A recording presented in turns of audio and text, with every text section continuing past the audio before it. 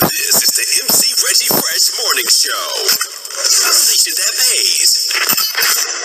This is MC Reggie Fresh from the MC Reggie Fresh Morning Show. And folks, guess who's in the building? He was born in Alexandria, Virginia. Went to Fort Knox High School in Fort Knox, Kentucky. He played for the University of Louisville and also played basketball for the Louisville Cardinals. And he played overseas professionally. Ladies and gentlemen, let's welcome Foward, number 24, Troy Smith.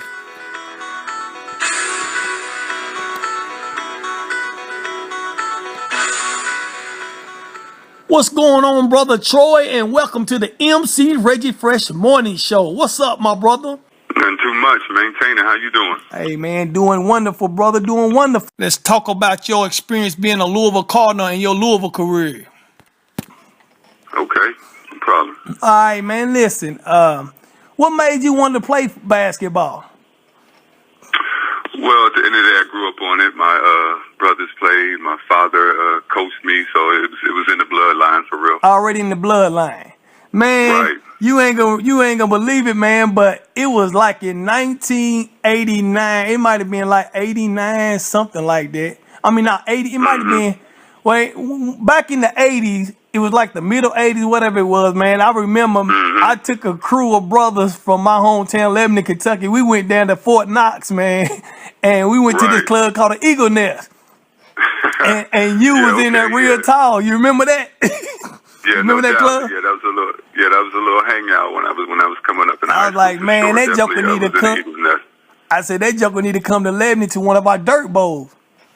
Right. Yeah, I did a couple dirt bowls in my time. I did a little travel in Kentucky, did the dirt bowl thing. But yeah, definitely wish I'd have made it there too. But that's funny you should mention that about the Eagles Nest. That bring back memories. That's pretty funny. Yeah, because when I went to the Army, then that's when I knew next thing you know, you playing for the Cardinals. Right. Grew a little bit, you know what I'm saying, and had the opportunity to do that. Well, we definitely appreciate it and got all type of stories and experiences. Well, that was all right. I was blessed and fortunate to be able to do that. Well, that's all right, brother. Now, let me ask you this. What was the transition that you had to make going from high school to college? I think for me, in high school, I was pretty much taller than everyone, so it was a little more easier to dominate. When you got to college, you got a higher ratio of people who were just as good as you were, if not better. So you actually had to do some lifting, conditioning, trying to get in the best shape you can in order to compete.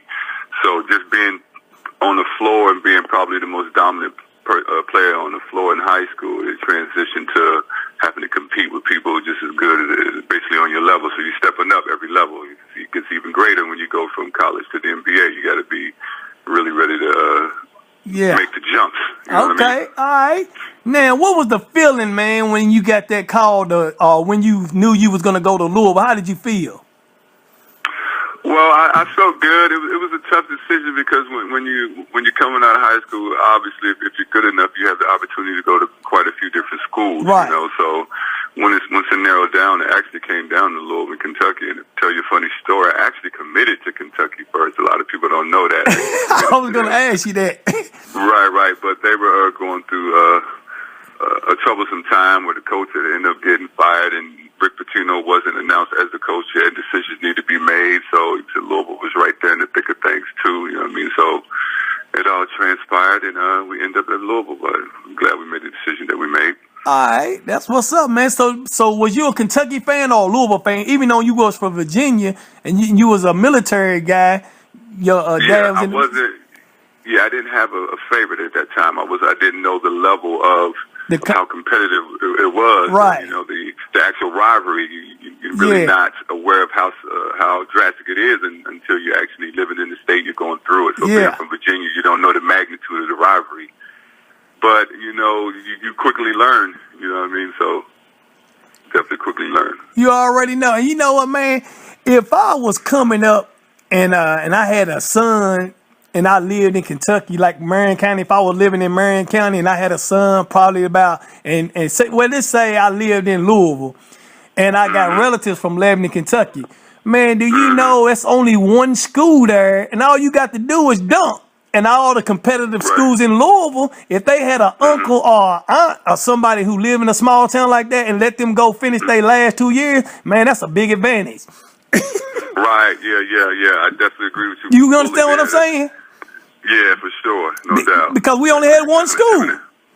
Right, yeah, that's what sucks. It's hard to get seen. It's hard to do anything when you're a little ways out because you're away from the competition and everything as well. You know what I mean? So trying to get that exposure gets kind of tough when you're a little ways out of the city. Yeah. All right, man. And let me ask you this. Now, what would you tell a person like right now, these kids that's like junior, sophomore, they playing basketball, working their way up to college? What's their mindset got to be to get on that level to prepare for college, to excel and be good and have a good career? Meaning keeping their grades up, staying focused, and trying to adapt from being far away from home, dealing with different people all over the world, and that kind of stuff. Sure, you get your education, so you got that to fall back on regardless. Right. Because even if you make it to the pros, and it ain't no determining how long that can last. You could suffer from an injury. Anything can happen, and then you don't have that. So you need that education to fall back on. That was one of the biggest mistakes that I had endured at the time. You know what I mean? So putting the education first would be that. Then it's all about your work ethic and determination. At the end of the day, if a human can do it, it can be done. So as long as you got the confidence that you can do it, obviously it takes some type of ability and talent in order to do it too, but you first got to be confident enough in yourself. Confidence is a big key. There was a year or two when I wasn't as confident as I should have been. The Louisville, you lose that confidence and then the shots not falling, and then you run into a little slump, you know what I mean? So just having that confidence that at all times you can do it, I think would be the biggest piece of advice I would give. Okay, all right. And then what about conditioning? Conditioning plays a very, very big, vital part in it. That's see, I'm going back to myself. This is bringing me back to me. And to be totally honest, I wasn't in the greatest shape and greatest condition that I could have been in when I was in college. And so that was all something I brought on myself. But leaving and going to play in Europe and having to get in better shape in order to compete, then I had to take it more serious when it came to paying bills and getting paid. But actually in college, I wasn't in the greatest of shape. So you have to be obviously in the tip-top shape in order to be able to compete at the highest level. Sometimes talent can overdo that. For Zion Williams, for an example, this dude is dominant. He looks like a man amongst boys out there, but he still doesn't look like he's in the best shape that he's actually going to be in. Right. But having that type of talent, you can overcome not being in shape. But for most who don't have that talent, then obviously you need to be and put in the time to be in the best shape that you can get in order to compete at that level. Okay. Now, let me ask you this. Playing basketball, right, when you playing, what do you think, like for instance, like if you was starting, when you get in a starting position, then somebody else take your place, like somebody, is everybody competing every day when you practice? Yeah, absolutely. Yeah. So most places are the same way. You got your people who are your starters, who obviously they got the most talent, but obviously it's pretty competitive among some of the other players, and it's on a game-to-game basis as far as how you're practicing your plan on whether you're going to start or not. You know what I mean? So you got to be bringing it in practice, and like they say, you should always practice like you play. Obviously, that helps you in the heat in the moment. If you're just going through your jump shots and your layups like a day ago, when you're actually in the heat of the action, you have a tendency to do exactly how you practice it. So it's always good to practice like you're actually going to play. Okay, now how do y'all deal with people on the outside? Like every time you go in the mall or something and people coming up to you, how do y'all deal with that, man? It all depends on your personality and who you are as a person, on how you deal with people. That's just overall in life in general. So the type of person you are is going to reflect how you deal with people. I didn't mind signing autographs and talking to people. I feel like I'm a people's person and like to socialize and talk to them. So you don't mind giving autographs and talking to the people and laughing with the people. Some people don't like that. Some people don't like the attention, and some people don't like to give autographs. And so it just depends on the player's personality and who they are to determine how you deal with the people and the attention. Okay. Now, the tournament, what's the closest tournament you been in that was like the Final Four, the Final Elite Eight? What was the one?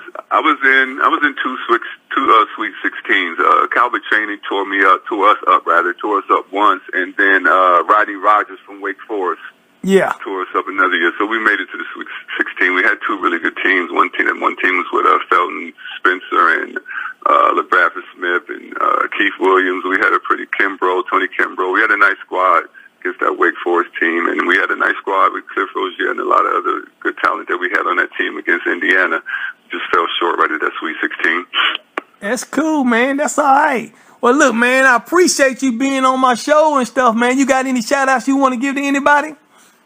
No, not really no shout-outs. I've been working on some music and get some things started. It's therapeutic for me. I've been through a lot, so I like to put a lot out on music. So I got some music I really want to bless the world with. It's about me and my life and everything, so I'm definitely going to be dropping some of that sometime. All right, well, listen. Soon, so look forward to doing that. Well, how can people get in touch with you? Is it going to be for sale? What can a person do to get that, man? Was it an album?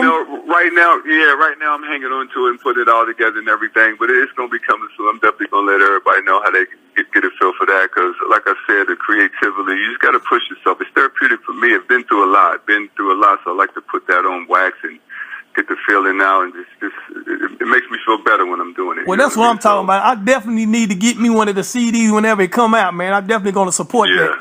Yeah, that's definitely going to have that for you. That's all right then, man. Well, look, man, it's been a pleasure you being on the show, brother. And the last thing I want to ask you, could you please tell me what's the baddest station in the land and the baddest station that pays? Oh, man, that's MC Reggie Fresh Morning Show. That's a no-brainer, baby. All right, then. And there y'all have it. Number 24, Brother Troy Smith on the MC Reggie Fresh Morning Show. This is the MC Reggie Fresh Morning Show. A station that pays.